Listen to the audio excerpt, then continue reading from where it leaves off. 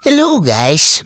So ipiplex ko lang sa inyo kung saan ako bumibili at nagpapagawa ng mga minimal problem pagdating sa mga parts or mechanical ng mga all-power window or sa remote. Basta electronics or mga parts out. Meron kasing isang lugar na malapit lang dito sa atin, sa Sophia. Sa Imus lang yon, welcome ng Imus guys. So, eto na after natin ipabapping tong sasakyan natin, which is pambenta, dumiretso tayo rito sa loob ng ating sasakyan and may nakita na tayong problem na nagmamalfunction yung isang window. So, bumababa lang siya pero hindi siya tumataas. So, troubleshoot natin to and nakita natin na meron isang fuse or diode na nasunog na kaya ayan siya guys.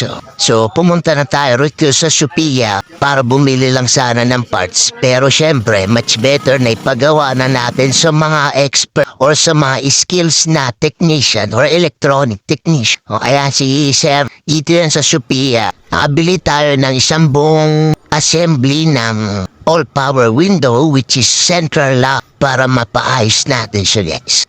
Kahit anong brand ng sasakyan guys, or surplus na alternator or compressor or kung anumang mechanical na kailangan nyo na parts out guys, meron yan dito sa Sophia. So yun lang, see you next video, bye bye!